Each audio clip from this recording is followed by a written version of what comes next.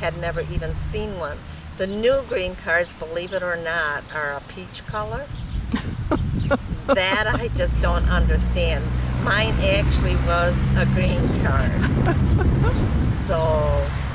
So were you able to keep your green card? No, I wasn't. What happened is one of the people that I talked to, they said, well, you could accidentally say you lost it and then fill out a bunch of papers. And I thought, with all the problems I've had, I figured, no, I'm not, I didn't want to break the law. I mean, I've always abided by the law. And to get my citizenship, I had to fill out a form that asked all kinds of questions. And one of them was if I had ever been arrested or had a felony against me. Well, I made a mistake of putting down, I one time got a warning speeding ticket, and it's the only one I've ever gotten in my life. And that put, they had questioned me on that one because they said, you know, I marked it yes. But actually it was a minor thing, but I didn't want to have them look at my records and run them through here. I didn't know how long the police kept it. Now this warning ticket was in 1981, but that's the only one I've ever got. I've been lucky. I've been lucky. You've been a good law-abiding citizen. I follow, you know, you follow the rules. Mm-hmm. You follow the rules. And the other thing I do want to add is the pride I had in my mom and dad, because when we came here, I couldn't speak any English. My mom and dad couldn't either. There was a church group here in Marengo that helped my mother and dad out, and my mother became friends with them, and their Mrs. Bremer was one. Elsie Bremer? Yes. Mm-hmm. And then there was Francis Poofall, which my mom made a friend of that working at Arnold's. They set them up in an apartment and got them their, we got beds, we got, because we came here with absolutely nothing. I had a dress that my mother had handmade, and I don't know whatever happened to that. I do think I have a feather cover that she brought with also, but that's about it. That's all we have. We had nothing, and we were on a freighter coming over here, and I do remember what I ate the first night on the ship, and that was I had sauerkraut, hot dogs, ice cream, and I got to watch a movie. And after that, all I was seasick all the way here.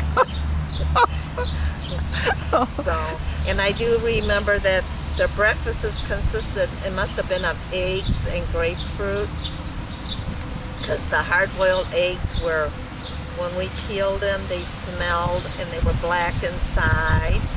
And the grapefruit, you know, your little kids don't eat grapefruit. But, you know, I've adjusted to it now. I will eat hard-boiled eggs, but mine are black inside. So you came over here in the United States. You came in then at the port down in New Orleans. In New Orleans. Correct. And then you went from place to place. And how did you? No, not really. Or barrack to barrack or something was like. Oh, that was in Germany. That was in Germany. Oh, okay. Right. I'm sorry. When I came to New Orleans, we had a destination, and which was here to Marengo. Okay. What it was, my father worked for Mr. and Mrs. Cass Mady as a hired hand. And my mother, when he brought her over, we went to live with, there's a little white house where Doc Sockleben was.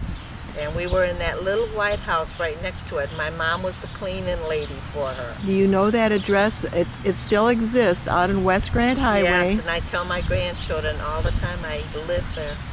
It actually, the way to identify it is it has that limestone silo that still exists there by that very old barn. And then that little white home there that is just by the driveway there. So people who are watching this will know where it is that where you live then. Yep. And then we had a lady that I believe my mom must have been on a ship with them. Their name was Lacombe. They've lived here in town. And she used to take care of us when we were little. And so the Madies had a farm on River Road, which doesn't exist there anymore. And they used to drop us off there in the morning for us to catch this bus for school. And she would make us breakfast, and I remember distinctly, and when she wasn't looking, I threw my eggs into the garbage every morning. I wasn't an egg person at that time. Well, Florence and Tony Lacombe, Yes. I knew them. They were neighbors Yes. to us personally. So you Yes. folks then met coming over Yes. here then. Yes, and we're family. We've always been family. And Mrs. Lacombe, bless her heart, she's still alive. She's 90, I believe, 2 or 3 now. And the rest of her husband's gone, her son's gone. She's got two daughters left and her grandchildren. But that's basically the only ones that are left here are my brother Alex Humanek and my brother Gene Paprocki, and my sister that came with us, she passed away, so we're the original ones crossing on the boat. You mentioned prior that your parents and you children all learned English like right away. Did you go to a special place for classes, or did you do it on your own? No. Basically, my parents learned it, I believe, by watching TV and with the people that they worked with. And for myself and my brother, we started Washington School. I was a year older than most of my classmates because I was 7. And I learned to speak English there. I had trouble pronouncing my words, like which, what. So I had speech therapy, and we had some awesome teachers that helped me out. Miss Fleming was one, Mrs. Wilcox was another one, and with their help. And the one thing I guess that when I brought my homework home, my parents couldn't help me, so we were on our own. My brothers and my sister, and we all learned what we did by ourselves. It was interesting the other night when we were at a ball game, and you had said about learning the language, and that when you started dating, that your parents, even though it was imperfect, what did they do? They never would allow me to speak Polish in front of my husband.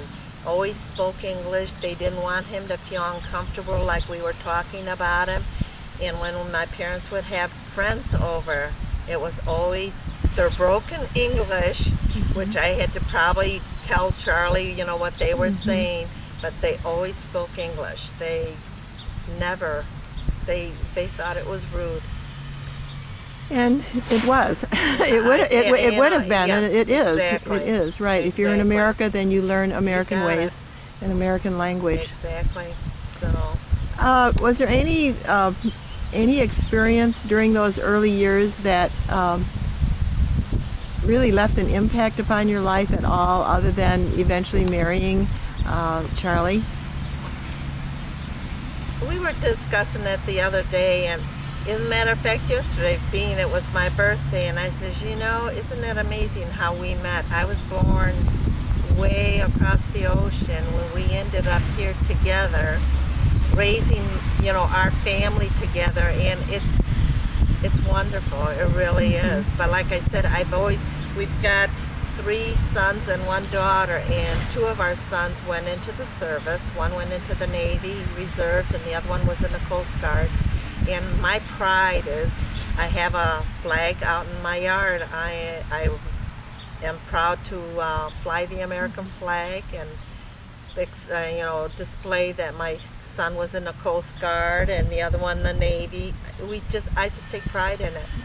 And when I see it, I have a jean jacket that I've had for quite a few years, and I don't know what it is about it, but when I find an American pin that catches my eye, I buy it and put it on my jacket. So, and when it was down at work, when it would be Veterans Day or Memorial Day, yeah, it'd be hot, but I put that jean jacket on because I took pride. I mean, they fought for us, and I just take pride in any of that. I can't help but admit that I get a few goosebumps with you telling